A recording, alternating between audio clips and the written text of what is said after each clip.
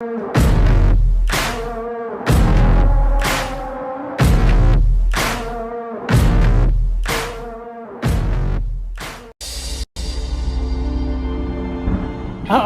it looks like we piqued your interest in the Hideout. First of all, let me tell you what the Hideout is not. The Hideout is not for hustlers, for grinders, or for people who are looking for a shortcut to what the world calls success. The Hideout is about growing as men, creating lifelong friendships, and having the time of our lives. Are you ready to tap in to the endless source that will take you from success to significance? The Hideout is 2.5 days of hiking, biking, and doing the little things that it takes to create lifelong friendships. I find that joy is nothing more than falling in love with your current circumstances and allowing magic to happen. And that's when we see growth in every area of your life. Have you accomplished your goals professionally and financially, and you still thirst for something more? Has success in these areas come at the expense of far more valuable things, like your family, your children, and your relationships? Alignment in business, strategic partnerships, and joint ventures all come from true relationships. The Hideout is designed to get to know people before you'll ever meet them. This is not your typical mastermind. The Hideout is focused on the one thing that will fuel everything: joy. And when joy is overflowing in your life, you'll find growth in your marriage, your relationships, and oh yeah, your business.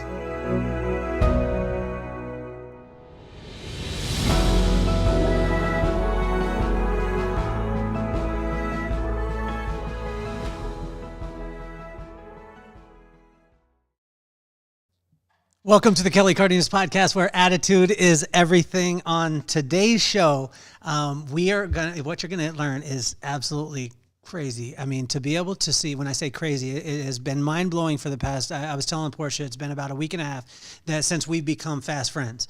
And I got a chance to read her book. It's called Living Louder. And we're going to make it a New York Times bestseller because it's a bestseller in her family because her mom bought it. But this book is incredible. The story that you're going to hear today is of a young lady who, ended up early on battling with drugs, with alcohol, becoming a very young mother, then finding the man of her dreams, then relapsing, then going into some real estate deals, and we'll go into those that weren't that great, and then went away for 84 months in a federal penitentiary. And now is back and is ministering to people all over the country. This is not an episode that you want to pop in on and pop out on. You want to tune in, you want to lock into it. And I tell you, it is going to be a ride today, because I asked her the question, is there anything off limits? And she said no. And there was some things in the book that I wanted to go deeper and deeper into, which I think is amazing. So I'm blessed to be able to be her friend. And, I want to thank you too, because we were scheduled a week before and I had to reschedule that. But it's just been amazing in the last couple of weeks to be able to not only get to know you, Portia, but also to be able to read your story. And CJ has my heart. You guys are going to learn about CJ. All the rest of your children, I love them too, but CJ, I wanted to hug her the whole time while I'm reading the book.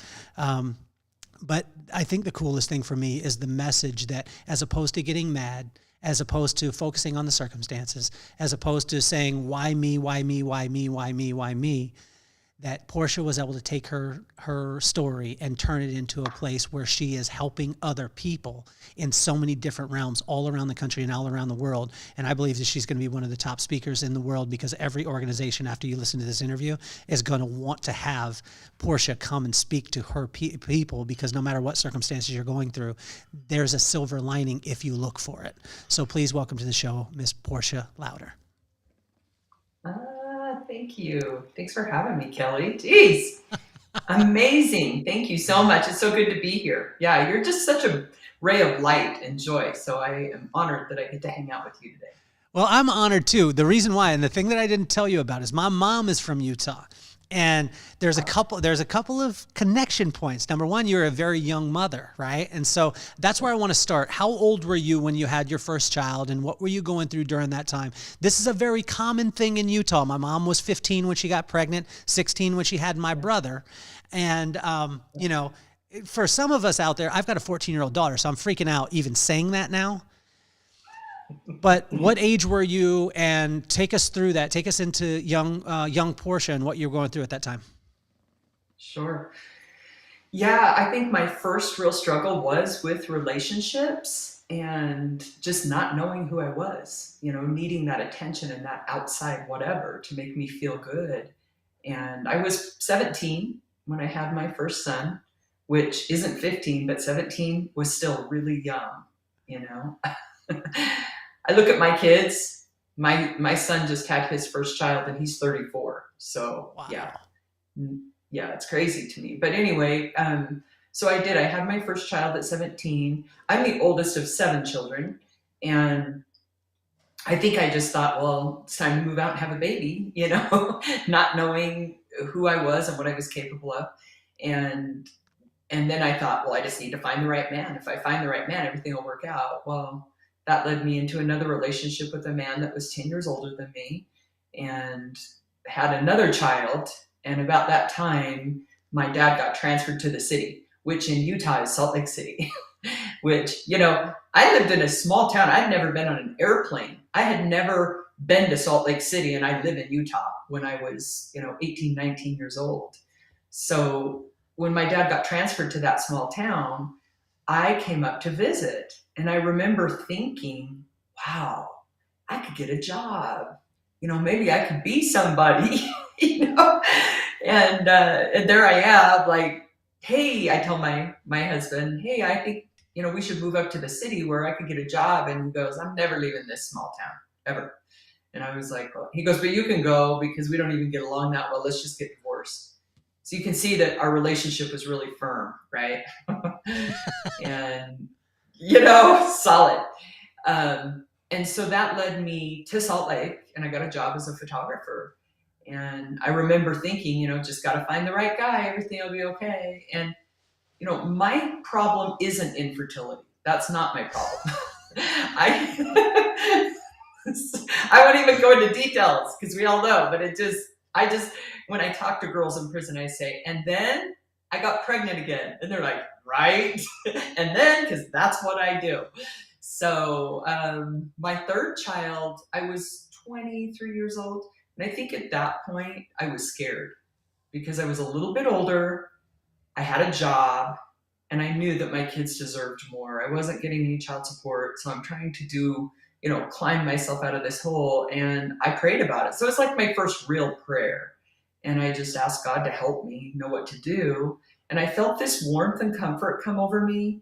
And I knew that I needed to give the child up for adoption. I knew that he had a family, that I needed to find them. And I went through that process. And it was beautiful. It was actually, my mom was like, hey, let me raise the baby. That would be too hard. And I'm like, no, Mom, we got to change the cycle here, So I felt really strong I was pretty convicted in terms of what I needed to do. And that was a beautiful experience. The family was right there with me. And then as soon as I had David, I just felt totally empty inside. And that was when I knew now a man's not going to solve my problems.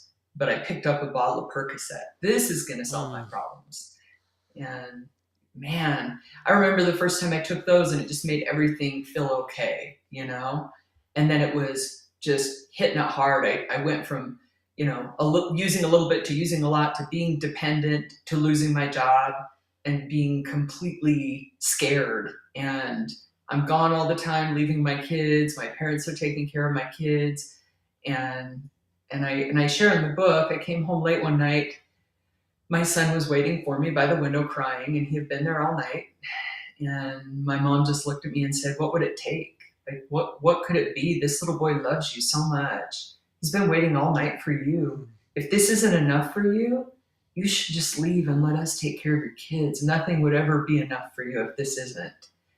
And that night, I walked downstairs and I laid on the floor and I just sobbed and I begged God to take it from me. I just said, I can't do it. I'll give up everything. I'll give up relationships. I'll give it, I've tried everything I know how to do. And my little boy, he's like, Mommy, why are you so sad? And I was like, I'm so ugly, Jace. I'm so ugly. How can I do this?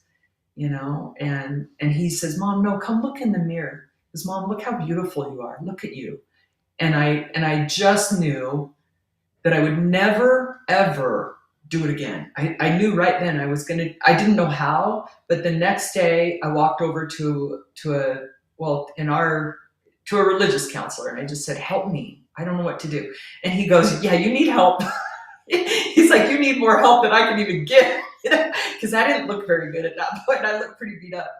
I've been crying all night, and so he got me involved in Alcoholics Anonymous, and then they got me involved in Narcotics Anonymous, and I started that climb to change my life, and it was really hard. I'm not gonna lie, like, there were days that it was a daily battle for me. For probably 6 months, I still wanted to use. I walked away from the lifestyle, the people I knew, and just started building something new. But God was with me in that. When I look back, I think there's no way. I knew at that point that God did something for me that I couldn't do for myself, right? So my faith was really firm that I had a power greater than myself in my life, because I had tried to do it on my own. And yeah, I met my husband, which I wasn't looking, just to be clear on that. Like, I quit looking for men. I knew I had a problem when it came to that. But Chad's a great guy, and he adopted my kids, and we started building a life. So that's the young part. Well, let's go back a little bit, Portia, because I always like to understand the root of it, right? Because I have a 14-year-old daughter. I want to know what are some of the components that cause, women like yourself. You're a very beautiful woman. If you're watching, you can see Portia. She's a beautiful woman. You got, you're incredible. And you start choosing boneheads. And when you start choosing boneheads, then you get around them, and then their perspective kind of rubs off the mashak, right? The Hebrew word mashak, it rubs off onto you. Thank you, Tim Story, for telling me that word, because I only barely graduated from high school. But that mashak starts to happen, and we're around boneheads, and then we start to take on their perspective. Like, what are some of the things that were the contributing factors to allow these boneheads into your life? Was it that was there a void with your dad? Was there a void in relationships with men? Where did this come from? Well, I think, like, if there's one thing that I've been able to identify, I really think it's just that my mom didn't know how amazing she was. Like, I think my mom couldn't give us something she didn't have, So it's become very important for me to know who I am, because I can't give that to my kids. And it really took me years to figure that out. My dad was a Vietnam vet. He was really disciplined. He wasn't super emotional. He was, my mom was this creative genius, but she didn't know how amazing she was. She was scared of everything. I used to collect debts for her. She was a photographer, and she'd send me to the door when I was like 8, 9, and 10, go tell them they have to pay me now.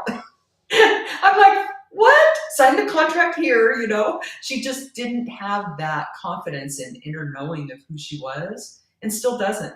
And it doesn't matter what I tell her. And she told us we were amazing, but it didn't matter because she didn't know who she was.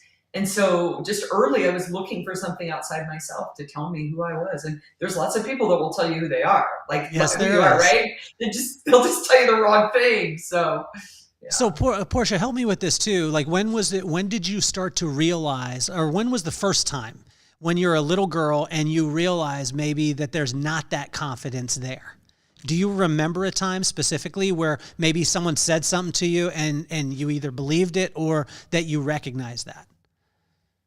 In myself or in my mother? In yourself, because, again, like, as a child, right? I mean, or maybe it was something that you saw with your mom or that you saw with your dad, or that you saw, happening with the uncle, the aunt, or somebody, because these are personal questions for me, because I want to know, I want to be a better dad, right? And I'm not saying your dad's not a great dude and your mom's not a great woman. They are, but I'm just saying, like, for all the parents out there, right? We're trying to find that holy grail to say, like, I mean, the only way that you let boneheads into your life is if you're dealing with challenges, right?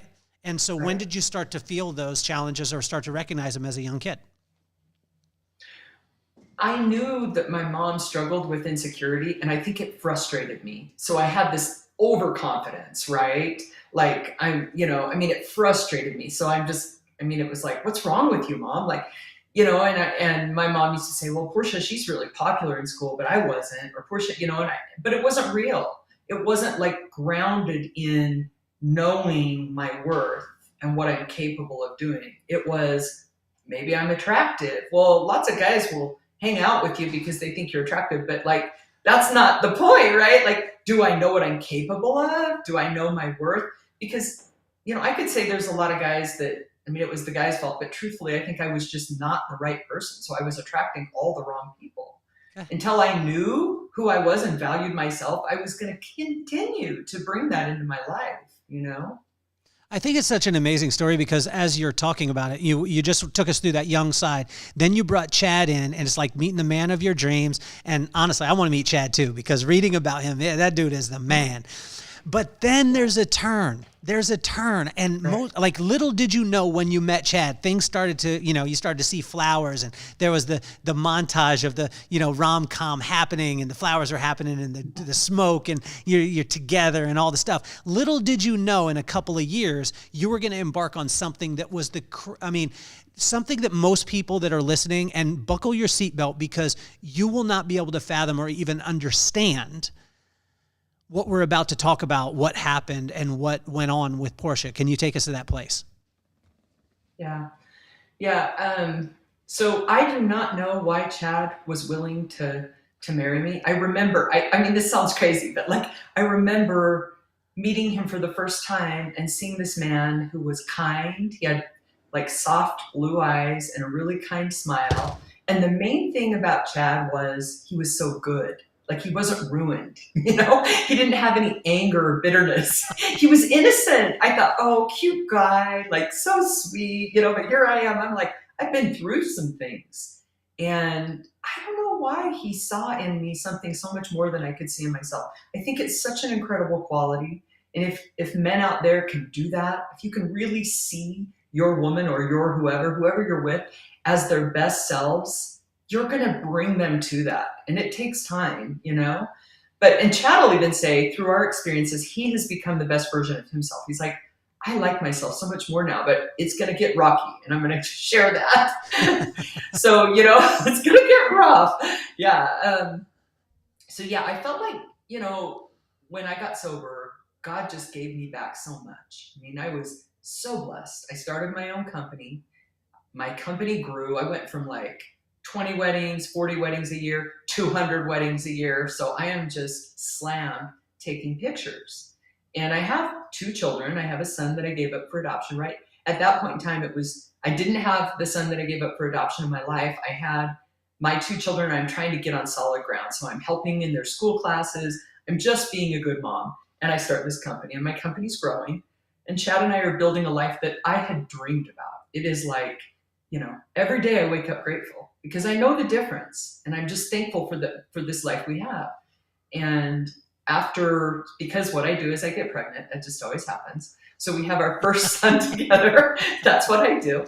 Not anymore. I have nightmares of that now. Just honestly, I wake up and go, no, I'm not pregnant. But anyway, so I have our first son together, and it's beautiful. Like, it's beautiful. Chad's excited. We're enjoying life. And then I found out I'm pregnant again, which was unexpected. So they're like 18 months apart. So now I've got 4 kids, and my business is crazy. And my back goes out, and I have back surgery. And I remember thinking, I should probably tell the doctor I struggle with addiction. Good idea, right? Should probably mention that. I did not. I didn't say anything. And now I'm too busy. So I'm not doing the things like serving the way that I was. I'm not taking the time for myself. I'm not in meditation and prayer. I'm not out in the sun enjoying life. I am working a lot of times from 5 a.m. till midnight, and I have kids. Now I have nannies that are helping with my kids. And I went from back surgery, prescription drugs, to full-on relapse, and just didn't get honest with myself or my husband. And stop right there for a second, because take us through the feeling of it. Because when people are saying, a lot of times people that don't use drugs or never have been addicted to drugs, a lot of times don't have the empathy or don't understand. They're just like, you know what? Why don't you just not take it? If you just stop taking it or you don't take it in the first place, all these bad things aren't going to happen. This is the way that a lot of people think that have never been through it or never had a family member in it. But then there's the reality. And when you go through, so before, like, take us to the mentality of like where you're at emotionally when you're thinking, I should tell the doctor. And do you then justify in your head and you're like, I mean, I could probably do just a little bit. No, I think for me it started out so I needed the pills at that point. You have your back cut open and they remove things. You can't lift. You have young kids. I had to have people there caring for my kids, right? So the problem with me is the second that I take the pills, now obviously I mean, if I would have really been committed to sobriety, I would have told the doctor, because now I'm really committed to sobriety. So like recently I had my hamstring ripped off the bone, like it was terrifying. And the paramedics had to come, and the first thing I said is, I'm a drug addict, don't give me narcotics. Like that's the first thing I said, because I'm so scared. I'm more afraid of using drugs than I am anything else. It's the one thing that can take me out. Okay. But at that point in time, I think in a way it was just a relief. Like as soon as I take the pills, my mind changes. Like as soon as I take the pills, I start thinking different. And I feel like powerful and strong and brave. And it just feels, it's like the quick fix. And keep in mind, I've used them enough in my life that there's those pathways in my brain. And I think I can do it and function. I always think that. That's the scariest thing for me. As soon as I take them, I think, see, I can function and use these. It's not a problem. So now I just have to consciously say, this equals prison. This equals destruction. This is your son sitting on the floor crying for his mom. That's how I have to look at drugs. This means you can't write a book. This means you can't do all the things you're passionate about in your life. I just completely compare the two. Otherwise, I use drugs, and I like to. I like drugs. So I'm just being honest. No, and I love that part of it, because I asked one of my friends one time. He was doing cocaine, and I asked him. I said, "What's the downfall? Like, what's the bad parts of it?" And he looked at me, and he's like, "You want me to be honest?" And I said, "Yes." And he said, "Nothing." And he said, honestly, the only downside to cocaine is that my wife gets mad at me when I take it. He said, I'm more productive. I'm more of all this stuff. And he's like, but I am cured from it. I am not doing it. And I was like, it's about to happen again, because so speak to that drug addict out there that is coming through their first, and when I say this, their first overcoming the drugs. Recovery. Okay. They're first. I'm going to say that again. They're first. And they're starting to maybe think in their head. Can you talk to that person right now? Yeah. What I would say to somebody that is coming into recovery is there is something so beautiful waiting for you. That is so much more than this drug can ever give you. The most creative, amazing version of yourself is waiting on the other side. You can't see it now. You can't feel it. If you made a list of everything you want to get back, you would underbless yourself because there's so much more available to you. But this drug will try to take it. It will. And it's going to trick you when you're weak. And just believe that whatever you're feeling your first 3 months, it gets 1,000 times better. Whatever you're feeling 7 years sober, it gets 1,000 times better. And one will take it all from you. And that's what I have learned about me, is that it's not easy to get sober, but it gets really beautiful and everything comes back to you. And so that quick fix, it just brings destruction. It's a cheap, artificial BS, substitute for something real and beautiful that's waiting for you on the other side. Here is the station identification before we go into, honestly, like I want to go to the place, where I'm going with this, but I want to do a little station identification and thank one of our sponsors, is the Private Money Club. For any of you listening to the podcast, you guys know I'm a relationship guy. I'm not a transactional guy. And so the reason why I had the Private Money Club sponsor the podcast is because of the relationship that I have with the owners. And it's been amazing. It's basically like a dating site for money, for hard money. So if you have deals that you need hard money for, loans, you go into there. If you have money that you want to loan, it matches you up and you swipe the deals back and forth. You can check this out at privatemoneyclub.com/Kelly, and you could use the code Kelly500 and you'll get some goodies. So now with that transition, that's the worst transition of all time too, by the way, Portia. But this transition is you meet Chad, you come out of the recovery, you know what I'm saying? Like things start going well. You start having, I mean, you had 20 kids, I think it was, you said. I'm joking with you. You had, Close. yeah, you had 2 more children. Now you got 4. Things are going good. Business is booming. The back thing happens. We get a little taste. We start going back in. Take us. Yeah. So yeah, my addiction, I really thought I was managing things. Again, you know, my company's doing well, my photography business. I'm using pills. And about that time, 2005, 2006, I decided I need to build a house, a bigger home with a studio. I have a studio outside my home. And so we build a home in a new neighborhood that's kind of booming and real estate's popping. And so I'm thinking, I can do what they're doing. I can do that, you know? So I watch people flipping lots. I'm like, I'm going to flip lots, which there's nothing illegal about flipping lots, except that I already have a full-time business and then some. And so I start buying and selling lots, but it's not good enough for me because I don't just like to do drugs. I like to hustle. So 1 or 2 lots is not enough lots for me. I need a neighborhood of lots. I mean, I'm just being honest. Hey, I know this about me, and so I keep my distance now from like drugs and money kind of are about the same wavelength for me as far as, you know, I really try to keep myself centered. But at that point in time, I'm all in. And so I'm buying these lots and flipping it. And I remember this guy showing up in my, you know, hey, we want to show you this deal where you can buy this house and pull a bunch of cash and reinvest it and make more money down the road. And at first I'm like, I would never do that. Why am I going to go into a bunch of debt and borrow more money than I can afford? And then, you know, 8 Percocet later. So I mean, I'm just saying, you know, all of a sudden I'm like, that deal looks great. I can make some fast cash, you know, just being honest. So Portia, talk to us too about this. Talk to us about this concept, because my wife and I were discussing, like you have been the topic of discussion for probably the last week and a half for me in every one of my relationships. And what my wife asked me, my thought process on it, and I said it was a dimmer switch. And, you know, because God gave me that a while ago about, you know, that the dimmer switch happens very, very slow, and you don't know you're in the dark until the dark actually happens. Can you take us through that? Because and I love the way that you playfully said 8 Percocets later, this deal looked real good. Right. You know what I mean? Was that, talk to us about that dimmer switch, because when I think about that deal, right? And I want you to explain the deal first, but I want you to explain it in detail, because the listeners, when you hear this, you're going to literally have red flags. I had red flags when I was reading the book. I was like, Portia, and I know that you already lived this story, but I was like, I was reading the book and I was like, Portia, don't do it. Like, I felt like I was in the movie and I was like, don't do it, Portia, don't do it. Right.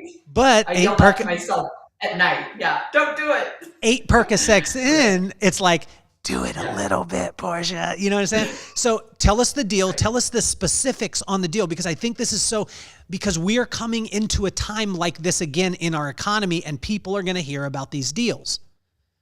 Right. Yeah. Well, you know, it first started out, again, just flipping lots. That's totally legal. Building construction. And then, yeah, this gentleman says, hey, we've got a house. At first, I think it was like a $3 million.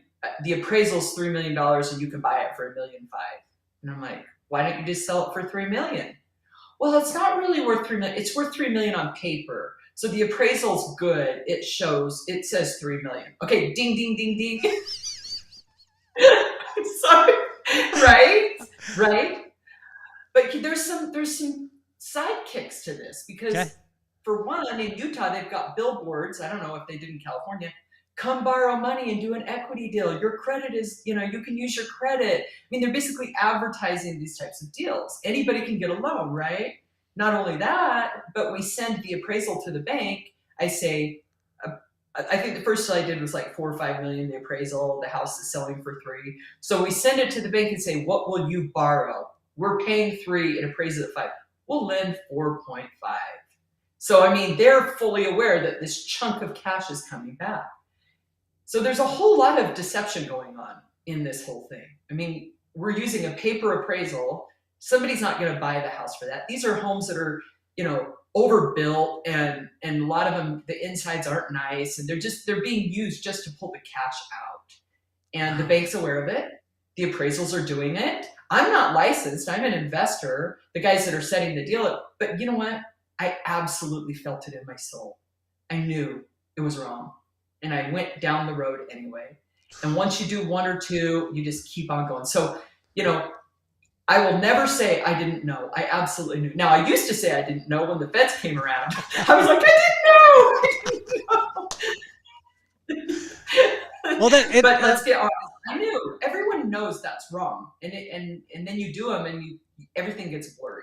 But that's how it went for me. Did the money blur it? Because I think a lot of times, and I see this happen with different scenarios. It's like, I would never do that. And then once it happens and you see the money, and then you see not just the money, but the results of the money. Maybe you're taking care of your kids at a different level. Maybe you're, able to have a little bit less stress, whatever it is. And then you're like, it's kind of wrong, but is this the process that you went down? All that and then some, because it's an addiction. The hustle is an addiction. Don't believe me, in prison, everyone's there for money. Whether it's a drug addict, they like the hustle. You sit around and talk about this stuff. Like, back in the day, I did, it's a rush to do those deals. That is what I believe. I believe you start out, like for me, I didn't start out addicted to hustling. I didn't start out addicted to drugs. You use them for a legitimate thing, and then pretty soon, that feeling, that rush, you get hooked on it.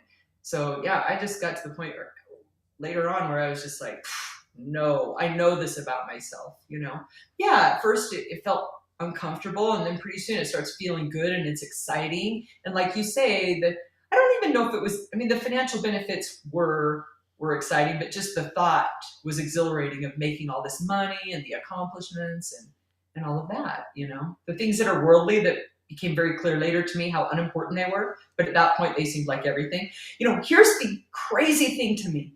At this point in time, I had told myself, I'm doing this for my kids. How stupid. I'm doing it for my kids. They're going to have a better life. I'm going to buy them cars and send them to college. Well, we're going to talk about it, but it becomes very clear later to me that I had traded everything of value, my children, for money. I'm like, what? It became very clear. But at that point, I think I'm doing this for my kids, when in reality, this took my kids from me, So you told us about the $4.5 million deal. That's the first one. I want to compliment you, because you didn't just tiptoe in. Portia, I love you so much. You remind me of my pop. My pop told me one time, I said, Pop, have you ever done any other type, because he smoked weed when he was growing up. This was normal. He was from Utah and, whatever. And he smoked, and I said, Pop, you ever do anything else? He's like, what do you mean? And I said, Pop, you know what I'm talking about. And he's like, what do you mean? And I had to say it. And I said, do you ever do anything like, cocaine, anything like that? He was like, well, one time I was at a party. I go up top. The guy says, yo, we're going to do some coke, we're going to do some blow. He lines up one line. And my dad looked at it and he's like, if that's all you got, I ain't getting started. You know what I'm saying? And are you feeling this, Portia? You are feeling this, because this is you. So you jump into this $4.5 million deal the first time, bang. Take us through, like, what's the next one? And then the next one. Well, that one really screwed me over, because, I get in this deal and I buy it with hard money. And we talked a little bit about hard money. Well, I got a point a week, So, I'm paying $4,000 a week for this house, and where's that money going to come from? Because I thought in my mind I can flip it and sell it real quick. I didn't really realize at that point how overinflated it was, Sure, everybody's looking for a $4 million home like tomorrow, No, that sucker sat there for a long time, and in fact, I don't think that thing ever got financed, and it just drug on. And so then I'm trying to do other deals to cover the cost of that deal, and then other deals. And pretty soon I got to do another deal to make up for that deal. So I get into another equity deal that's a little cheaper, because in my mind I'm thinking, maybe 2 million's the sweet spot. You know, maybe I just went too big. Oh no. And it just turned out like that. It just kept rolling. And it was the most heavy, awful feeling. When I look back at it, it was terrifying. But at the time I was all bravado because I was taking Percocet. So, I made sure I kept my Percocet strong. But I mean, I'm ruining, it was terrible. It was heavy and it was awful. And it didn't take long. And the thing that made things worse is that early on, fairly early on, there was this is unusual. Another Portia is investing in real estate. There's not that many of us out there. Her name's Portia Bunker, okay? So, and the feds are investigating her because she's a hard money lender and she has a whole bunch of deals that she shouldn't have been doing. And so I become her alias at title companies. So people are thinking that I'm trying to do a deal as her and we're the same person. Well, the feds are investigating her, so what happens? They start investigating me. Oh. Yeah, and that made me mad because I was like, it's unfair. Go check on other people. There's other people doing worse things. Again, such a weak position because my integrity was whacked. It didn't matter why. And I'm actually grateful that they showed up because this is the most terrifying thing for me. The most terrifying thought is, what if I would have gotten away with it? That's scary to me. Mm-hmm. I have a friend that went to prison and he and I talked recently and he's like, I'm glad I went. Everything turned out good, except what it did to my kids. That makes me so sad. And I said to him, bro, what if you would have gotten away with it? What would that have done to your kids? What kind of an example would you have been to your kids? Yeah. That to me is worse. So, but anyway, yeah, the feds showed up. Nobody wants that. Just so you know, you hate that when the feds show up. They go to your neighbors. Hold on, Portia. You just said nobody wants that. I think that we're all in agreement with that. When you said you said it like it was going to be a surprise to all our listeners and to me, like the Fed showed up. You don't really want that. No, if you would have said the milkman, you don't want him. I would have been like, wow, tell me more. But when the feds show up at your house, I don't care what's happening, but take us through the emotion. Where are you at in the house? Do you hear the knock? And does Chad answer the door? Does the kid answer the door? What is it? Take us there. Yeah. So at this point, I have another child because that's what I do, and I'm. This is my final one, like he said. So I have 2 toddlers, a newborn baby. She's 3 months old. And I knew that they were investigating me. I went to an attorney and I mapped it all out. And he said, yeah, you think you're more important than you are. Just ignore it. You're not that important. I was like, I hope not. I'm not trying to be important. Because just stay under the radar. I said, but I'm hearing all these rumors that I'm being investigated. I want to write this out and make sure it's okay. He's like, it's probably not the best, but you're not the big hitter out there. And he's like, you're not even making that much money. You're taking all the risk. Other people are making all the money. Because I might make $100,000 on that $4 million deal, and then I have to pay the payments. And so in the end, if I make $100,000, but there's the potential of losing $200,000 or $300,000. He's like, why are you doing it? You're taking the loss. The buyers are walking away with their credit on the line, and they got $500,000 back, but they didn't have to risk the hard money payments or anything. And I was like, yeah, because I don't really know what I'm doing, So anyway, he's just thinking it's not a big deal. And then they show up at your house. And it's terrible. I literally am standing there with my 3-month-old baby, and I'm thinking, and I said to him, you can have anything I have to just go away. I showed him a family picture. I was like, see this? You can't have it. I have this family. I've worked so hard. I literally wanted to show him a picture of me at 17 as a single mom. I'm like, I worked hard to get here. Please just go away, Are you still on Percocet? Or are you still using Percocet? Yeah, I'm still. I used right up to the end. And that was fun too, to have to finally detox and stuff. But at that point in time, Chad and I weren't doing great, with all this heaviness and the feds looked at him and said, you're going to have to decide because this isn't going to go away, whether you're going to work with us or work with her. Because she's going to basically saying, if you stick it out with her, it's going to get ugly for you too. And now I'm thinking it's war. Not that I'm up against the federal government. So, the guys with the nuclear weapon, you're in big trouble. No, yeah, it didn't go very good. So it was really rough. I went back to my attorney my attorney's like, oh yeah, you're probably going to get a few years. I'm like, wait, what happened? What happened? You said no, I didn't have a problem. And now you're saying I have a problem. I went home and laid in bed, and just for like 3 days, I just threw up. I was sick. I was like, what have I done?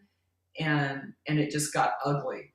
I drug it out. I fought. I hired lawyers. I did everything I could, and it didn't matter, because in the end, now here's what I would do if I could go back. I would say, yes, I made a mistake. Help me figure out how to resolve it and move forward. What can I do to make it right? Because that's where all the power lies, if I could have done that. Because what I've learned is that a mistake is a mistake, but denying the mistake makes the mistake a lot bigger. Wow. So take us into the courtroom, because you go through, we go through the trial. Obviously, I mean, you're sick. You're sick in your heart, and you're sick physically too during this time, because you're thinking, like, your lawyer went from don't worry about it to you possibly might get a couple years. And right. Then I haven't had it this real, Portia, until I read your book, because I have 2 children. Mm-hmm. My daughter, of which at 14 years old, I don't want her to date bonehead. So that's why I'm trying to figure this stuff out. Right. But the reality and the gravity of the sentence coming down, I've watched Law and Order for years. My mom was a Perry Mason fan. Like, we watched these things, and the sentences never connected with me. In your book, it connected with me. Can you take us to that place and let us know what you're thinking, what you're feeling, and what you're seeing in that courtroom when that comes down? Yeah. So I remember walking in the courtroom and feeling something I've never felt before. And it's the most sterile place you'll ever go. It like took my breath away when I walked in. I was like, oh, I could feel it, And then I sat down, and I looked back, and my husband and all 5 of my children are sitting there together. And I knew right then that I was going to get the maximum sentence. And I don't know why it was shocking to me. It just shocked me. I went from maybe probation, because I had 0 to 7 year plea deal. So in my mind, I'm like, a year seemed completely shocking. How could I ever do 7? I had no idea until I walked in that courtroom and I felt it. And then I was like, oh my heck. And I deserved it. I acted terrible. I was the worst. I mean, I told the FBI they should take a lie detector test. It was just bad. Like, it just got worse and worse and worse. But at this point in time, I am in shock, and I'm just crying. I just started crying, because I knew my life would never be the same. I was just like, how could I be looking at my kids? I just thought, please just let me go with them. Please let me leave with my family. I don't want to be here. It was the most lonely experience, and it was surreal, because they walk in and say, the United States of America versus Portia Louder. And I'm thinking, if they're against me, who's for me? Like, the United States my whole country's against me. It's shocking. And then the prosecutor says, we're here for the United States. And they start talking about me. And I'm like, who are they talking about? Like, it's so shocking. I didn't understand, because all these words sounded so bad. And I'm thinking, and that, I'll tell you this, every person I've ever met that's been in a courtroom, we know. It's like an experience you can't ever describe until you've experienced. And I don't care how big and brave and tough you are, we look at each other with like hushed tones when we talk about this experience. It's like, this stuff is the kind of stuff that breaks really brave people. I talked to numerous women that had curled up in a ball and sobbed for days after they were sentenced. You feel completely alone. It's a shock. And I just, the judge, I knew what he was going to do. And he said, Miss Louder, do you have anything you want to say? And I was so scared. I remember going, I do, but I'm really scared. He's like, take your time, and in my mind, I thought, I need to say something, but I don't know if I can get the words out. And then I just said, I'm so sorry for what I've done. I'm so sorry to my community. I'm sorry to my husband. I'm sorry to my kids. And I know what you're about to do. And I'm just asking for mercy. That's it. For my family. I mean, I deserve it, but please just show mercy. Didn't even know what that meant, but it ended up being that he said, thank you. And he said, I'm sentencing you to 84 months, which is 7 years. And I just sat down and it was, I thought that was the worst of it. But, then he said that he wanted to take me into custody. And that wasn't something I expected, because I was white collar. So I thought that I would get time to say goodbye to my kids. And that woke me up because I was terrified. I thought, oh no, you can't do that. Like my kids will see me drug out of here in chains and shackles. I can't do that. And even the prosecutor said, please don't do this to her. Like, we're not asking for this. My lawyer, please don't do this to her. And then Chad was the one that stood up and he just pled for me. He said, he was crying. And he said, please give her time to say goodbye to her kids. She needs this. And I think that was so powerful from him that the judge just gave it to me. And my lawyer, the prosecutor, no one else had that kind of influence, but Chad's love for me and his complete humility and just advocating with the judge for me, it was beautiful. It really was. So take us from that beautiful time of Chad into the reality. Like, let's talk about the first day when you surrender yourself and you go in, because we see movies about it. We see shows, right? Mm-hmm. And I don't know about you, but when I see a show about my profession, I'm like, that is crap. That's garbage. Oh, you know what I mean? Yes. It's garbage. Is there any movie that you've ever seen that you're like, that's what it's like, they got it? Anything? I get so frustrated watching shows. I think, this is extreme. Shawshank is extreme, but that feeling when you walk in of complete aloneness, like it's just cold, it's cinder block. It takes time to acclimate to this environment. I loved what your intro said, because you talked about finding joy where you are, and that's totally possible. And I know because I've experienced the extremes. But at this point in time, I was devastated. There's not even another word. Walking into this world of 1,000 women wearing khaki, nobody was like, hey, welcome. No one's happy to see you. It looked cold. I was cut off from my family. All I could do is imagine my daughter CJ's face. I just kept seeing it. I went in my cell and I was there for 3 days, curled up in a ball, sobbing. Just sobbing. And my roommate's like, you gotta go eat, you gotta get out. She's like, if you don't get out of here, they're gonna put you in a suicide cell.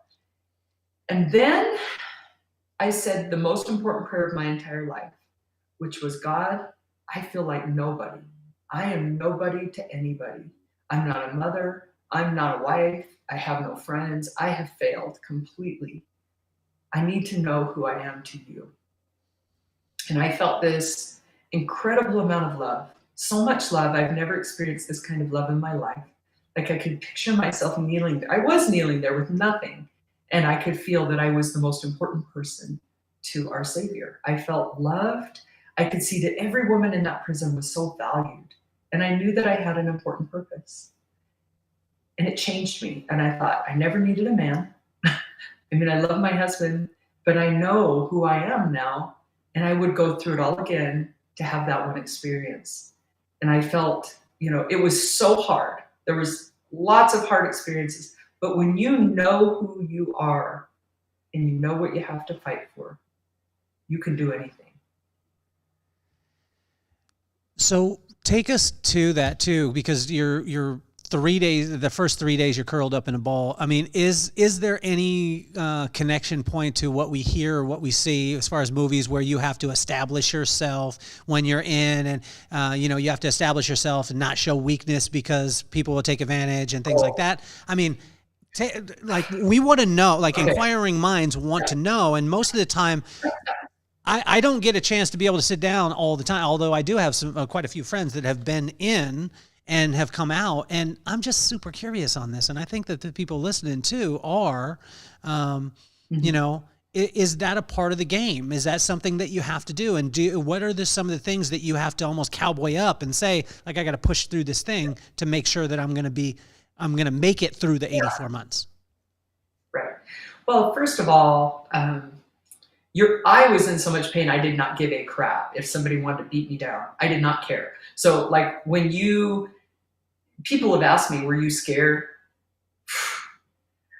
I did not care. So that was kind of good, because I was just like, don't care what anyone thinks of me. I do not care. And there's a whole tenderness side of prison that people don't talk about. There really is. Like even my friends that have gone, my guy friends that have gone to high security, they're like, yeah, we used to sit around and eat burrito bowls. We go out and play baseball. He's like, when I had a family member die out here, all my bros got together and like stood vigil with me, prayed with me. I mean, we back each other up like that. But right out the gate, I knew that I don't have any prison experience. I haven't been in and out of jail. So, I got to figure out what I'm doing. I got to go figure out how to do my dang laundry right off, So once I got composed enough to survive, I found strong friends. Like I had so much backup. I think because I was just different, Plus I'm a photographer, so they let me teach photography classes and all these things that the girls love. So man, I had friends and backup. Like I had so many people that are like, don't mess with Louder, So yeah, I mean, I'm not a fighter at all. But I'm kind, and I'd help the girls with their GED stuff, and and then once they found out I had photography skills, because you can get your pictures taken in prison. So like on the weekends they go down, they're like $1, but I know how to take pictures. So I can take that little crappy camera and I can I made a reflector out of potato chip bags, and I'm doing modeling shots in prison of these girls. They loved me. They loved me for that. So, but yeah, you have to hold your own. I am very good with boundaries at this point in my life, like very good, to the point that I remember at the end of my sentence, I was teaching classes on assertive communication, and one of the girls said, put that book down, Louder. You scare me already, Like I got to that point where it was just like, don't mess with me. But yeah, you start out kind of soft and you still are soft, but you learn boundaries, or at least I did. And by the end of my sentence, I loved myself. I was like, I have become the best version of myself. But that was a lot of accountability, lots of time praying, lots of time serving, a lot of time meditating. I mean, I want to go back for a month or two and just take a break, to be honest. I'm tired of this crazy life, So help us to understand what people don't realize about prison and about people who are incarcerated, because I think a lot of times it's just like the drug thing that I talked about earlier. When the closer and closer you are to something, the less and less judgment you have on it. And if you see drugs from far away, you're like, those people are awful people. You should just not do it and everything. Then you get closer to it, and maybe your mom does it, or your sister does it, or maybe you do it. And then you're like, well, I mean, I can understand it. What do you wish that people knew about prison and about the inmates in prison? I wish that people knew how amazing they are, how strong and brave, kind and good. Like I had so smart. Like I was blown away. I created this whole escape room thing, which is kind of funny because it's prison, right? So I put all of these like puzzles together, and they'd have to go in different areas and complete this puzzle or that. And I'm like, I thought it would take them like 10, 20 minutes per puzzle because there's codes and stuff. Oh no. Those girls locked minds, and they were like, 58 seconds, we got the first one. 22 seconds, we got I mean, they're smart. And yet they've had the hardest lives. Most of them, their parents are addicts. Some of them were sold into prostitution, 10, 11, and 12. I never sat in a class with a girl. I was the only woman I ever met in prison that hadn't been either beat up, sexually abused, sold into prostitution. All of them have so much trauma. And yet they're trying to figure out life. They're trying to do it. They're hard workers. I would hire someone out of prison any day. And I had a warden that I'm friends with once tell me, he's like, I would take a high security inmate that's reformed over anyone else as an employee. That guy's got your back. That's the guy that is solid because he's worked through his issues and you can depend on him. And I totally agree. Like my friends in prison, they have my back, and it's just so different. I had girls leave sweet notes on my locker or go in the morning and get me an apple and bring it to me because they knew I liked apples. Kind, tender, loyal, hardworking, and most of them the hardest circumstances with nothing, no family, nothing. So Portia, talk to us too about, I mean, you seem to, I always talk about a fork in the road, right? So we always have these forks, or sometimes it's like a fork of like 7 different options that you can go to. But Yeah. there's forks in the road, and I think that yours, I mean, I see it as two ways. Number one, you could get really, really angry that the system did you wrong, that all these things happen, and then you go down that road, and then you harden yourself and you become that person. You seem to take the other fork of taking personal responsibility. And throughout the whole book, this is what blew me away. I was waiting for the chapter where you were like, I'm pissed. Someone did this to me. I don't deserve it. And it never was. It was like, I take responsibility. I did it. I'm here. I'm not taking anything away. And you kept like reiterating that. And then you wanted to go back and help people to be able to see what helped that fork in the road as far as your choice, and why was that so important, and what kept you on track? What was the little bumpers that kept you on track? Because you're human and you got to get a little mad at some time. Right. Well, I think it's like denial, right? I mean, it's like grieving. So you start with denial, and then there's anger, and there's bargaining and all of that. But what I saw was I was fighting for my children, and I was fighting for my future. And I knew that if I choose this victim path, I'm not going to have the strength to make something of myself. And my kids are going to grow up thinking the system did them dirty. Somehow I've got to take ownership, and it means walking through it and accepting my sentence and accepting what I did. And it was good because I could see a lot of people stuck in prison. They're really nice people, but they don't have the power to change and move forward, right? And so as I'm sitting there with smart people, lawyers and doctors, and they're all talking about how the government did them dirty. And maybe they did, I don't know, but I'm thinking, I gotta choose something different if I'm gonna be free, like if I'm gonna find freedom. So I was really driven to do that.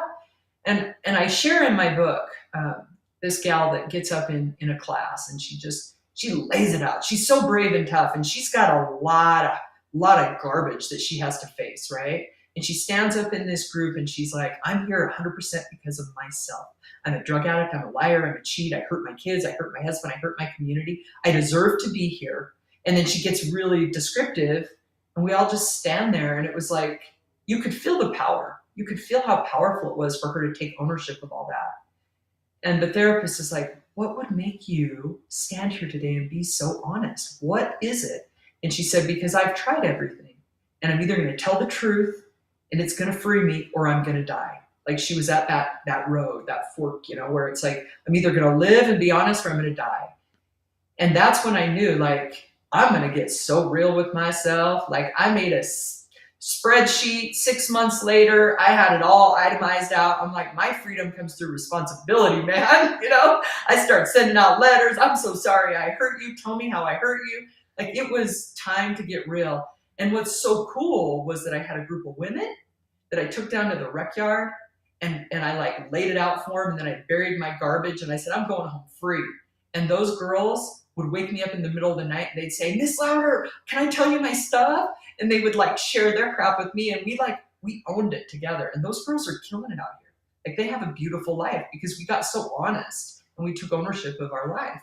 So for me, I could see the power in it, and it sucks to acknowledge that you made those choices. But that's where recovery is. It's through that humility and honesty. And I did a treatment program, which I talk about in the book. It was terrifying. I mean, for real. There were so many times girls were threatening me because I'm like, actually, you're being dishonest. You're totally prideful. You're lying and cheating. And they're looking at me like, you're going down tonight. You're going down, But we grew so much when we just let go of the judgment and really did an honest assessment of where we were. So I highly recommend that. I'm a big fan of just being open and honest with your weaknesses. That's how we heal. But it took a while to get there. It did. Where does a person start? Because when we hear this part of it, right? So that's the 30,000 foot view, right? Is like, forgive, lock in, take, and people have said this to me, and they probably said this to you as far as the book, right? When you wrote the book, they were like, the hardest thing that you'll ever do is write the first paragraph. And I'm like, you never wrote a book before. It's the first. It's not even the first letter, Portia. It's turning on the computer or picking up the pen. You know what I'm saying? Or for some people, sitting down. Like just sit down, shut up. That's the first stage.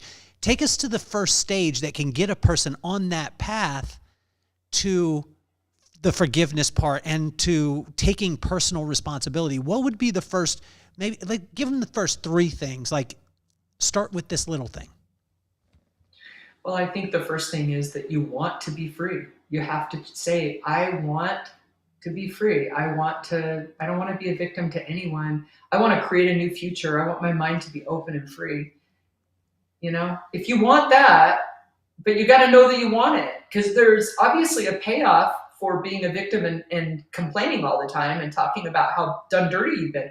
People do it, so there's a payoff, right? But it doesn't lead to any kind of joy or lasting freedom. So you have to say, am I going to be brave and face the truth, or am I going to stay comfortable and live in, being a victim? I mean, so make a choice. Want it. When you get to that place, then that opens things up. And, I think that the other thing that could be really helpful is, man, it's not going to be easy. It's going to be painful, but nothing amazing happens without it. So, just be open to that. Like, recognize, for me, it was really painful to acknowledge to my kids that I was 100% there because of my choices, because they were suffering. They were suffering. They were struggling. My son told the principal to F off one day. He was really mad. He had a chip on his shoulder because his principal said, I don't want you to turn out like your mom. Oh. Yeah. Bad thing to say, right? But you know what I said to Jackson? I said, I don't want you to turn out like me either, buddy. I don't want you to go to prison either. Wow. And then he's like, that's not the point. And I said, you're right. It's not the point.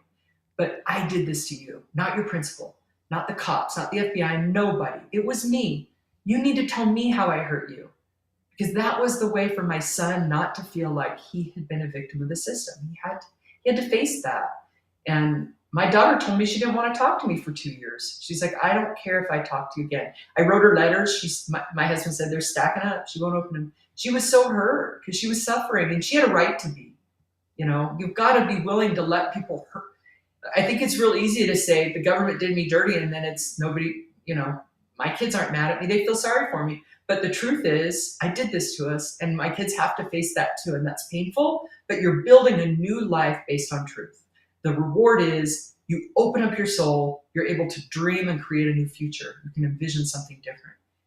I didn't want to be stuck that person. I didn't want to be the girl that blew it in real estate the rest of my life, Well, I think there's two types of, this is stereotyping and it's grouping, but when you hear about prison, you generally hear about two different scenarios. Number one, the person who goes in and then becomes a product of the system and then gets out and then searches for the next deal and then they end up back in. Then there's the other side that is, well, let's call it the reformed side. You used that word earlier when you were talking about the warden. The reform side that then goes and makes a difference in their community, makes a difference in the prison system. They go and speak. They're spending time with the youth, and they're just completely honest with what it is that they're doing. What is the difference between those two people? The difference for me is I got to the place where I realized not only was I guilty, but I was more guilty than everybody else. Because when you first go in and I'm looking around going, you're a drug dealer, your life's a mess. You're this, your life's a mess. I'm white collar, right? Oh, BS. Like by the end of my sentence, I'm like, I knew better. I had a good upbringing. I have support, and I still made these choices. When you really realize how privileged your life is and how much you've been given, you want to give back to everybody. That's when I realized it's an honor to stand with you guys. You're my people. You guys are braver than me. You're stronger than me. And I'm right here with you. And because I have some things, like I got a different upbringing, or I have some talents or skills that I can use, oh man, I'm coming back for you. We're going to do this together. You're not alone, because they did that for me. And so that's what it is. Like when I go into a detention center, man, those are my kids. I love those kids. I believe in them. I see who they really are. And I have credibility because I've been through what I've been through. So it gives me, it's actually, isn't it crazy how everything bad you go through can become your strength and credibility if you choose to take accountability and own it. If you stay in denial, you're always the victim. I get those letters from people like, man, I'm so screwed. It's so unfair. I'm like, I love you, brother. I believe in you. You'll figure it out. But when somebody does figure it out, you're like, welcome home. Let's go do this. And it's so cool when I get people that come out that like get it. They get there free. They realize what they're capable of. And yeah, it's such a blessing. If I could all day, every day, go to prisons and detention centers and speak for free, that's my passion. That's where I am the most, I did it in prison. I was put in as a leader. I worked as a photographer. So I was really a leader in prison too. And I love it. And I go back every chance I get because I love it. So I was driving with my friend in Houston one time, and his name is Rosie, and or not Rosie. Sandy. So Sandy picked me up from the airport. We're driving, and we go under an underpass, and we see, a lot of times under the underpass you see a homeless person, whatever it is, and this really changed the paradigm for me. As we're driving, he looks over and I look over and he's like, you see that? And at first I was like, what? Like, because it's so normal to see homeless people underneath the bridge. And he's like, that dude right there. And I said, I see him. And he said, do you realize that he or you are a couple of decisions away from being where he is, but he's not a couple of decisions away from being where you are? And then he just went silent. It's so insightful, right? Can you talk to the moms, the dads that are one or two decisions away, or even the young kid who's touching the dimmer switch right now with the fast, what my wife calls hustle porn, right? Yeah. Right. With watching the social media and seeing the things and being like, yo, I'm about to make that huge deal, that they're just about to touch the dimmer switch. And that, can you talk to that person that is possibly one or two decisions away from going through and experiencing what you experienced? Right. Yeah, boy. And I'll tell you, that porn stuff is so scary because I saw people that were locked up for 30, 40 years because they sent the wrong picture online, right? Like, it's so scary. That stuff's terrifying. What I would say is I traded everything important for the most invaluable things. And I didn't know it until I was sentenced. And when I sat in prison, I didn't ever miss the money. People would say, what about food? Nope, don't miss the food. All I missed was the moments with my children. That's it. I missed driving them to school or being there with them, things that I gave away, things that I threw away for the hustle and for drugs and for the fast life. I didn't miss anything that certainly I can tell you that if you get in prison, if you do the porn and you land in prison, you're going to look back and wonder how you could have been so foolish. If there's a chance for you to see now what you have, what's real, that connection, that realness, and who you really are, what you're capable of, what you're on this earth to do, you would see what a complete shallow and weak, just a fraud that stuff is. It's a fraud. And that became clear to me. Money's a fraud. I know that it's needed so you can serve and do good things, just like sex is great when you're married and have a commitment and, have children. All those things can be really good. But man, when you start dimming that switch, you dim yourself. You dim your value and your worth to yourself. My personal integrity is the most important thing to me because I look in the mirror and I like what I see. I don't care what anyone else thinks. I'm free from all that now. I care what I think. I am the most important person in my life, which sounds crazy, but I have to feel good about me. I have to like myself. That's what I would tell any kid, man, you're so amazing. Don't break integrity with yourself because you will never feel the same about yourself. It's you that you're hurting. but I know that they have to figure it out, It's hard because I work with those kids. I work in mental health. And I love them, What about the kid, Portia, that's actually doing deals right now, or the mom or the dad that's doing deals right now, and they know in their heart, if they sat alone, they know that it's off, but they keep getting away with it. Yeah. They keep and they hadn't been caught. The feds had, like you said, you don't want the feds to come to your house. Well, I could tell you. I agree with you, right? Yeah, Talk to that person. Way worse than the feds coming to my house is how I felt about myself. I was already completely imprisoned inside. It wasn't. It sucked. That was an outside consequence of what was going on. What I would tell anyone that's in that behavior is, man, your power lies in owning right where you are. Yep. You're on a slippery slope. You made some mistakes. Own it with yourself, because you have the power to change when you get real with yourself. That could have come with, my outcome could have been completely different. If I would have said to myself, Portia, you have an addiction and you're involved in shady real estate deals, you need to figure out how to fix it. Got honest with myself and my husband and the people around me, completely different outcome. If I would have done prison time, it would have been 6 months. I mean, we're talking completely different outcome. Instead, I weakened myself and how I felt about myself for years, drug it on, got a long sentence, and it took me all that time to turn it back around.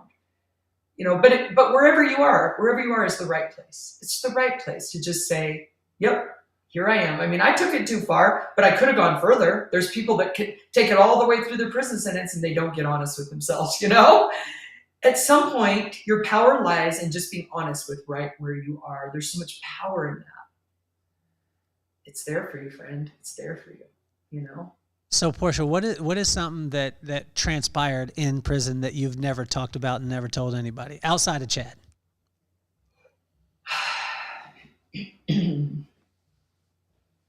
Oh gosh. I have one situation. So we're Hey, I'm telling you, we're fact checking because I have all your girls' names in the book from when you were in, and I'm gonna get a hold of them, write them letters, and be like, "Is this true?" Yeah. So something that you hadn't told anybody that's exclusive here to the podcast. Okay. So we had this officer at Dublin that we called Scarface. If you're out there, I'm sorry. He knows that's what we called him. He had a great big scar come down his face, And he was kind of mean. He was tough, and he was just hardcore. He had his own issues. I think he was a vet. He had PTSD or something. But anyway, I got really bullied by one woman. She was mad at me because I told the counselor that she was acting a fool with her girlfriend, which you don't do that. You don't go tell on people in prison. I learned that the hard way, So I told on her, and then of course inmates told her, and so I would come out of my and she's a lot bigger girl than me, and she would threaten and yell and just act a fool, right? And I held my head high because I was like, if she hits me, she hits me. But I mean, it's not going to do me any good to run and cry about it. I just got to, and I'd go out to the track and walk, and she'd give me a hard time. So she's in the laundry room one time, and I hear the officer, Scarface, screaming at her, and those two are like screaming back and forth. And then she comes back to the cell, and he's like, he's pretty mad at her because she's been just talking back and acting crazy, right?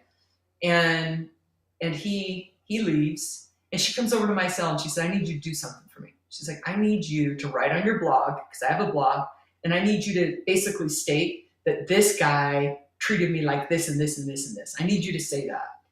And I remember thinking, I shouldn't do that, man. I shouldn't do that. I wasn't there. I didn't see it, but I did it anyway. I did it. To be honest, he got in so much trouble. And I remember, everybody going, yeah, louder, because he got banished to the perimeter. He couldn't come in the unit anymore. And I remember feeling so crappy about that. Like, why would I do that? I didn't see it. So if you're out there, I'm sorry, buddy, because I didn't see that. I don't know what happened. She was acting a fool with me. She was probably acting a fool with you. But at that point in time, I wanted to be the hero to the other inmates. So I've never ever talked about that. Scarface, if you're out there, that's a redemption. So I love this because you segued into it. Talk about your blog, because I think this was such an interesting point in the book.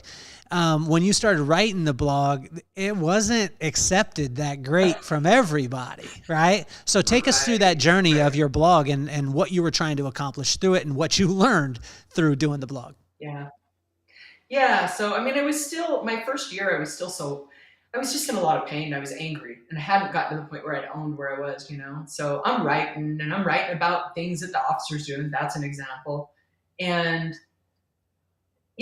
my boss at the time, she said, I like your blog. She goes, I mean, I want to know what's going on in the units. We got nothing to hide. Like we should look at that and embrace that so that we can fix those problems, right?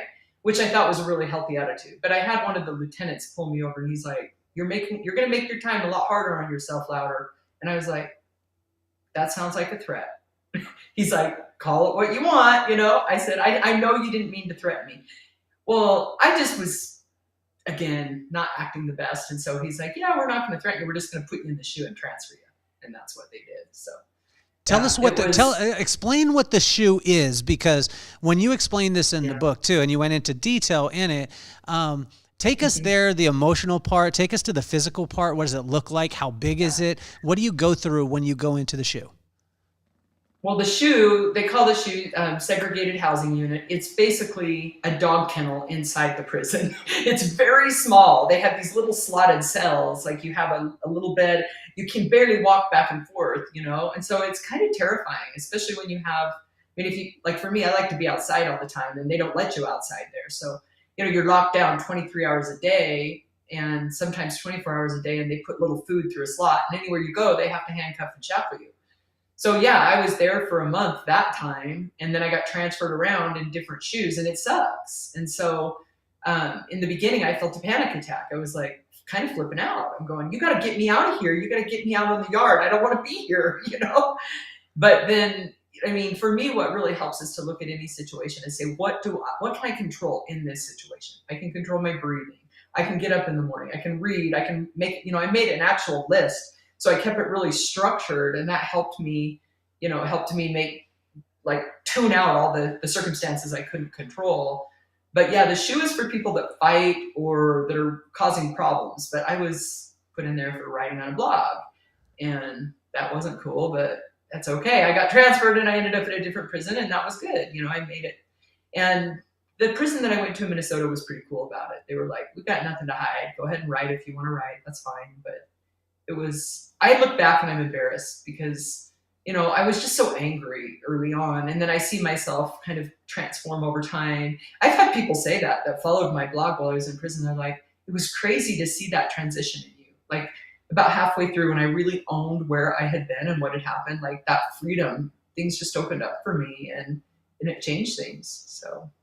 Well, I think it's amazing because you keep referring to your relationship with God, and obviously it takes an immense amount of faith to have the type of joy that you have, and that, and I think a lot of times people get joy and happiness intermixed, and that's where they get off, because happiness is based off a circumstance. I get something, yay, I'm happy. Joy is just a choice of falling in love with your current circumstances. And what what I've heard said, and what I absolutely believe, is that faith is the substance of things hoped for and the evidence of things not seen. But talk to us about this, because a lot of people that are listening, and maybe I'm just more petty than you, I would be mad at God. And it seems like maybe he kept giving you evidence, because that faith is the substance of things hoped for, the evidence of things not seen. What evidence was God giving you that he didn't just abandon you because you're in a shoe, you're in a dog kennel, getting fed through a slot, right? Getting shackled and moved and transferred, and reading in the book. When you guys get a chance to read the book, you'll get the details of it. Her getting on planes and on buses and not knowing where she's going, shackled to another inmate that she doesn't know. Right. What evidence through that stuff was he giving you to help you to keep your faith intact? I felt from right out the gate, when I got into prison and I was so broken, once I felt that complete knowing of how loved and valued I was, it was this internal strength that I had. So through it all, I knew that there was purpose in it. And I think if you can get that, it's that joy right where you are, right? Like I knew that I had an important purpose. So every hardship that came up, it was like, well, this must be taking me to my purpose. This must be for my good. It's funny though, when you say, would you be mad at God? I mean, I get out here and I hear people mad at God a lot more, but in prison we had nothing. So nobody has a faith crisis in prison. We got nothing. I was like, that's like a faith crisis requires you to be up here. That means you got to have something. Like we had nothing. So when you're at the very bottom, you only got God. I mean, if you have a faith crisis, that's like a huge, that's privilege type stuff there. Well, can you talk to the person that hasn't experienced that side of it, hasn't experienced the feds coming to the house, the penitentiary, being away from your kids for 84 months, being having young children see you in a courtroom and get sentenced, and like you have to be pulled away. Can you talk to that person that, I mean, because honestly, like I have been that person, and I'm calling myself out. I've gone to the grocery store and been like, I can't believe they don't have Carnation ice cream sandwiches. They only have the store-bought brand. You know what I mean? And I stomp out of the store and I'm just mad. And I'm like, I ain't even buying any ice cream sandwiches. Can you talk to that person, or actually just talk to me about this and help me with my heart, because my heart needs to be better? Oh my heck. Well, I think that's what I love so much about prison, is that I let all those crazy worldly things get in my way.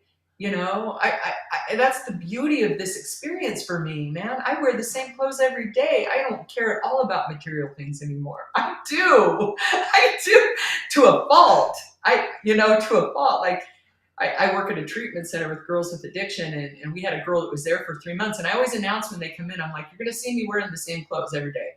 And she goes, when you said that, I thought you were just being humble, but you're legit on that one. You really do. I'm like, I don't care. I love getting to where I had 4 t-shirts and a pair of shorts. Even the meals, like I ate so simple. I ate almonds, apples, which almonds you have to buy on commissary, tuna fish on commissary, oatmeal in the morning. Like I had it wasn't much, but I was super grateful for the simplicity of my life. It makes everything else more beautiful when you get all that material stuff out of the way. It's like the sunset and the sunrise, nature, connection with others. I came home depressed, honestly. Like I came home and I'm like, where's all my people? Like my neighbors, they don't know what's going on with me. We're not like homies like we are in prison, And my friend just got out. She called me. She goes, man, I'm going through it. I miss my girls. I go, right. I go, it's going to take some time to acclimate to this crazy world out here. So for me, it was just that, like, I loved how I felt. I loved the simplicity. It didn't start out that way, not even close, but it got to the point where I just really appreciated the beauty of life so much more. I need that in my life now. I need time to write another book, but my life's too busy, I had all this time, all this space to really get to know who I was and love and connect with others. And all the material things were taken away. And I think that was beautiful. But I don't know how to tell you to do it out here, unless you want to go to prison. And I know nobody does. I just want to read your book. Portia, you're in prison, Kelly. That's all. Portia, I want to. So give me the top 5 rules if you ever go to prison. Give me the top 5 rules that you need to know to get prepared to go to prison. Okay, first of all, never take anything. Just don't, even if they offer you a bag of coffee when you get there, you don't want to owe anybody anything. Right? Just go without. You want to have a little bit of money on your books or whatever, but if you can't, still don't take anything, because then you owe people. You don't want to create any kind of debts. So that's number 1. Number 2, make sure that you don't talk about people, because that goes around so fast. Like just shoot people straight. Just keep your mouth shut. Don't be like when somebody just don't do it. Just do life, do yourself, and don't, when somebody comes over and says, did you hear about this and this? Don't agree with them. Just be like, yeah. Because somebody's going to twist that around and it's going to go back in the other direction. Find a good job. Nobody told me that, so they threw me in the kitchen. That was uncool. Like when somebody comes in, you better go find a good job, because you can find your own job. Find something that suits you, or you're going to be stuck with something that you hate that's hard to get out of those jobs. And then get a room. Find a roomie that you like, that will, every time I hit a new prison, somebody would say, I want her because she's clean and she knows how to act right. So get yourself a good roomie, because you're going to live with this person all the time, and spend time as much as you can outside, because that's where you're going to get your peace. And let's see. That's 5. That's 5. Give me 6 though. Okay. I don't know if anybody out there that listening is connecting these. She just gave you a path to prison and to life. Stay out of debt. Don't talk about anybody. You know what I'm saying? Like, find a good roommate. I mean, this is true. I like that. I mean, hell, like you could use this in middle school. I'm trying to teach my daughter, don't talk about anybody. Don't get in debt. You know what I'm saying? Keep going. Give us number 6. What's number 6? Well, it's funny that you say that because I feel like prison is a microcosm and that I got to watch things that happen out here happen over and over and over again. Like it's so small, right? So I could see what gossip does right away because it just travels. Versus out here, you don't realize what it's happening, but it's still happening. And so I got all these cool lessons in there that I apparently needed to learn that I didn't know yet. I remember this gal. She was she was doing life, and she was a tough Black girl, and she was real nice to me. She's like, Louder, why do you think people don't mess with me? And I was like, Val, because you're terrifying. That's why. Nobody's going to mess with you. And I said, Val, why do you think people don't hit on me? And she goes, because you're obviously not the type to be hit on. And I said, okay. And she goes, the only problem with you, Louder, is that you try to be too nice. She goes, you're sitting here in prison. She's like, why don't you just tell people if you don't want to do something? Because she had asked me, she's like, she'd asked me if I'd take her pictures on Saturday. And I was like, well, maybe I can make it work. She goes, you don't want to do that. I said, no, I want to go outside and just sit in the sun. She's like, just tell me the truth. She goes, don't worry about making people happy. You're in prison now, girl. Just tell people the truth, and I've used that. When someone calls me and I can't make something work, it's like, no, I can't do it. It's empowering to just speak truth to people. So that was a good lesson. I learned so many good things in there, but I'll have to think about that, Kelly. I'll have to think about that. Well, we'll do a part 2. I'm trying to imagine you when you get out, right? And if for those of you watching me and I'm smiling, it's because Portia's my friend, but it's not because I'm laughing at the situation because I don't want. Okay, but I picture you getting out of prison and you going home and you said like, hey, where are my homies at? And then you go to your door. I can see this in a movie, and you go to your neighbor's house and be like, yo, I just want it to be more like prison in our neighborhood. Can you? Weird. Well, and can you imagine your neighbor not understanding, but in your head, you're like, no, I want a sense of community. I want to be able to connect on those things. What do you think was the biggest, not a big deal once you got out that you saw someone freaking out on? And I want a specific because, I've seen, I joke here I live in North County, San Diego, and, I'll see people freak out on stuff and I find myself at times too. So I'm petty. But I see people freak out and I'm like, oh my gosh. Cause I grew up, we grew up in a double wide mobile home on the side of the freeway. We lived 40 miles away from our high school and had to drive 40 miles each way. And it was actually, there was a mountain in the middle of it. So it was uphill both ways. So this sounds like a grandfather story. Right. And I'm saying the sob story, but this is real true stuff. Those are the people that know me, they know that part. And then when I see somebody and they're like, oh my gosh, I can't believe that I didn't get to do this. Give us a specific, when you got out of prison, that you saw someone overreact and you were like, you don't even know. Yeah. Well, I had a friend that told me when she got out, she goes, the people out here don't know how to act right, man. They're so disrespectful, I was like, right? Like they don't hold boundaries. They don't, but I think like one thing that was hard for me right away was wasting things, because we don't waste anything in there. Like you take old shoes and you pass them on and then everyone has way too much out here. People buy way too much. They think they have to have more, that was hard for me.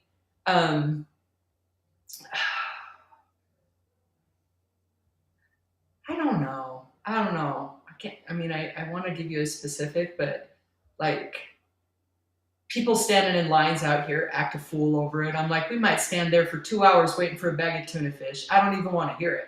Like, you better figure out how to handle yourself. So you better figure out how to stand, and how to handle yourself. You throwing a fit over being in a line? Yeah, that kind of stuff. So I can't wait to hang out because I'm gonna keep asking you these questions. So we'll be in line somewhere, Portia, at some point, and I'll be like, "That person's tripping, right?" You'll be like, "Yeah, I got this story." Yeah. Get it together. So how is it? Because say when you said that your dad was a vet, right? And so sometimes as a vet, our parents, and I'm older than you, but we're right around the same. But so that's why I'm older than you, so you have to respect me. But I'll bet you're not older than me, but we'll just okay. go ahead and let you have All right. that. 21 looks good on you, Portia. So, Yeah. so when we're in that spot, a lot of times, like, people who have gone through a lot don't have empathy for people who haven't. But you seem to have this perspective. How is it that you don't go to the penitentiary mindset on your kids? Like, because I know your kids are such amazing children and they've adapted and they've gone through all this stuff. But there's times, right, that I remember when with my son, Maddox, love him to death. He woke up one time and you would have thought that the house was on fire. I was like, "What's up, son?" He's like, "We don't have any milk." And I said, "Oh, well, what do you mean?" And he's like, "We don't have any milk, Dad." And I was like, "Well, we're not going to be able to have cereal today." He's like, "Why don't you just go to the store and buy it?" And I was like, skirt, like, just stop right there. How do you keep that? How do you keep that empathy with your kids when you've gone through what you're going through and they bring home to you, "Oh, Mom, my teacher was mean to me today because she made me do homework"? Right. Well, I mean, it was kind of a shock, to be honest, when I got home, because my husband, he's like trying to take care of the kids and he's being so soft and nice. And I just feel bad for him. Their mom's in prison. Yeah. And then I get home and my daughter, my 17-year-old daughter, isn't going to school one morning. And I go in and turn on the light. I'm like, every morning you're out the door at this time. I don't care. That's what happens. And she freaks out on me. "You did not raise me. Dad raised me. You can't tell me what to do." So I let her scream and throw her fit, sat there for about 2 minutes. And I said, "All right, I'm going to go out and come back and we're going to do that again. And you're going to be ready for school." Like, I'm pretty good at the boundaries. So it's just like, I've sat there, I've watched girls go crazy in prison, throw things around. I'm like, you need to act a fool. That's fine. But you're still going to school. That's what's happening. So they know that about me now. But you can act a fool all you want. It's still going to happen. Like, we're still going to go forward and do it. So that has been challenging. Now with Jackson, loves that. He's very structured. Sadie, she can't stand that about me. She's getting better though, because she did graduate high school and she is accomplishing things she wouldn't have because she had to do things she didn't want to do, right? And CJ, I don't get that kid. She's just so compassionate. And she really is. I'll say, "CJ, we have to do, okay, Mom." Like, if I say we can't do this, "I understand, Mom." Like, she kind of gets it. So I don't know. I think that I really love my kids so much and want them to be the best version of themselves. I think when you are there, like, I love the girls I work with in treatment. I love the young adults I work with in mental health. I mentor kids in mental health groups. I love them. And I also believe in them and I also hold them accountable. Like, I had a young adult and she was telling me how everything else was her problem. And she was just complaining about her parents and everything else. And I said, "Have you apologized for the way you've been acting?" And she looks at me and everybody looks at me. And I said, "But yeah," I said, "everything you're saying to me sounds so disrespectful." All the other therapists in the room are looking at me like, "Whoa, she just said that." So I speak the truth and I believe in people and I love them. And I feel like if you love people and you really want them to become the best version of themselves, they can feel it and know it. And they're willing to hear things that are hard to hear. And so I do that. As far as, prison, once in a while my kids, especially Sadie, will say, "I'm like over prison, Mom. I don't need to hear another word about prison. I'm done with hearing about prison." Yeah. And that's what we do. So we just make it work. I guess prison's like part of our life. Not everybody's, but my kids are just, "Yeah, Mom, I'm done with hearing about it. Thanks today. I don't want to hear another word about prison." So, Portia, how was it when you're reacclimated? Because I don't think that people ever talk about, like, when I say this, my family's from Utah, so I understand the culture. And Yeah. I would say that people are a little bit close to your business at times in the culture, Oh, right? yeah. Okay. Okay, so I'll tell you this. I knew when I got home, my life would never be the same. I wasn't about to hide from it. I speak very openly about it because I just decided, when you go to prison, what else do you have to lose? At this point, it's like, now what? Now what you gonna say? Yep. Anyone that says she went to prison, absolutely. She was a liar, absolutely. She did this, absolutely. It happened. Yeah. So you just own it, and I just refuse to let that imprison me because I know who I am, right? it was really hard to come home because I felt insecure and I didn't expect that. I was like, I mean, not in terms of, the other thing that was hard was that I thought people didn't want me to talk about it. And that was frustrating for me. I was like, because most people, they think prison's a bad thing, right? I'm thinking, the LDS culture, people come home from missions. I'm like, you better be throwing me a party too. Like, go ahead, throw people a party. I just went and changed my whole dang life. I'm expecting people to celebrate. People are like, ooh, she went to prison. I'm like, you're not really going to say that, are you? Like, yeah, I went to prison and my life's amazing because of what I learned in prison. So I truly believed the world was cheering me on, and they have. And I also refused to hide from it, and it's been good for me. But I was insecure at first because I was so comfortable in that environment, and the world is big, and it just felt weird to me. It's a different culture out here. And so, I recognize the struggle is real when you get out. And I took it slow, and I have the world's best husband, so he totally supported me through that. But it's taken time to get back to where, it takes time to acclimate to prison, and it takes time to acclimate to getting out. So, what has Chad not heard enough from you? What has Chad not heard enough from me? He knows how much I love him and how grateful I am. I don't know. Like, we have such a close relationship. I think after everything we've been through, it's like, we're the happiest we've ever been. Like, we really love each other. I love the way Chad loves me and believes in me and supports me. It's like the most beautiful thing.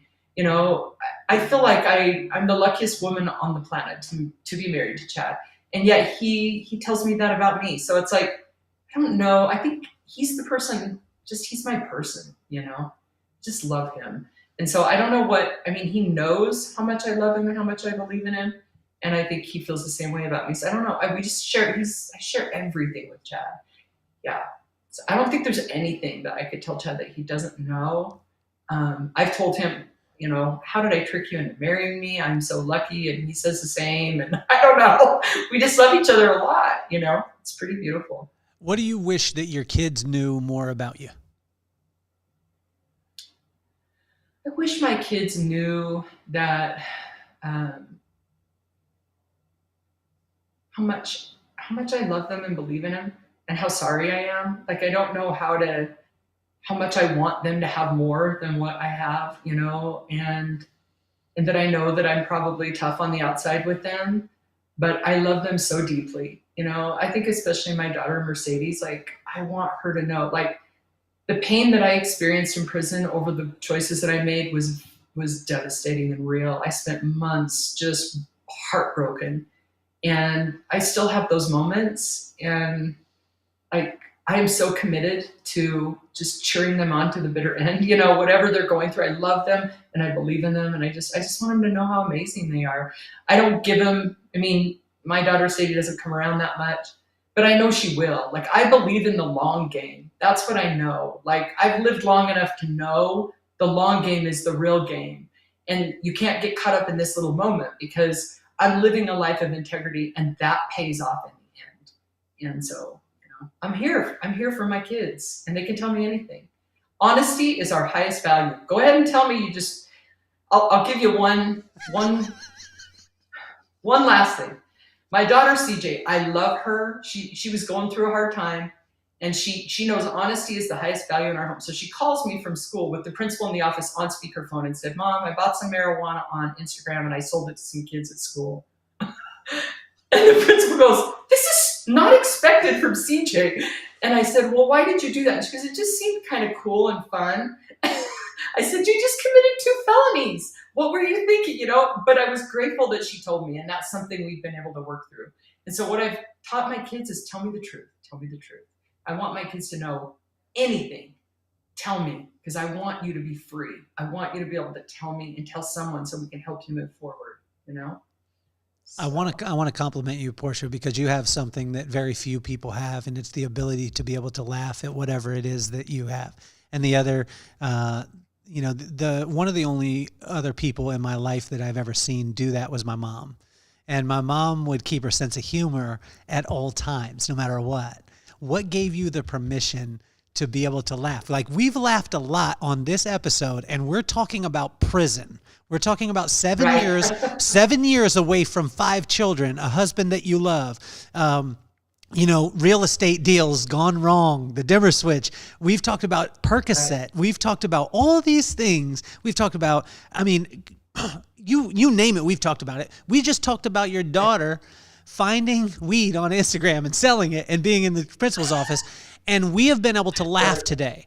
What gives you that permission, and where can someone out there get the permission to be able to laugh about their circumstances so they can get through it and see it as something that is for them as opposed to against them? Right. I think that I feel a lot of joy, but also the power of truth in my life has given me when you can eliminate the judgment, of others or yourself, show that compassion to yourself and to others, because it's not helpful. It just doesn't help. So when you can set that aside and just look at it, is it bad? Is it good? Well, potentially it could be good, because CJ could have learned from that. She did. We talked about it. She was honest with the principal. The principal didn't charge her with anything. We talked about it. He was actually really proud of her for being so honest, right? So we worked through it. So that's the celebration. My kids learning how to deal with hard things. So I take away the judgment out of things. And I feel like when you take the judgment out, there's joy, there's humor, there's sadness, because when you go through it, it wasn't that easy to go through. But when you work through it, you can look back at it with joy, and you get the lesson. And that's where the laughter comes. It's just, it happened. And yeah. I just had this thought, but can you talk to the wives out there in your area, okay, in Utah? Because in Utah, what I've noticed, and I say this because my family's from there. My family grew up in Tooele and Grantsville, and and we spend time out. We got a lot of family out there, but I see a lot of pressures on the wives in the socioeconomic area where they turn to prescription drugs. A lot of times, it's very, very common. Can you talk to those wives and those mothers that have the most immense pressure that we don't even understand at times? You understand it because you went through it. I understand.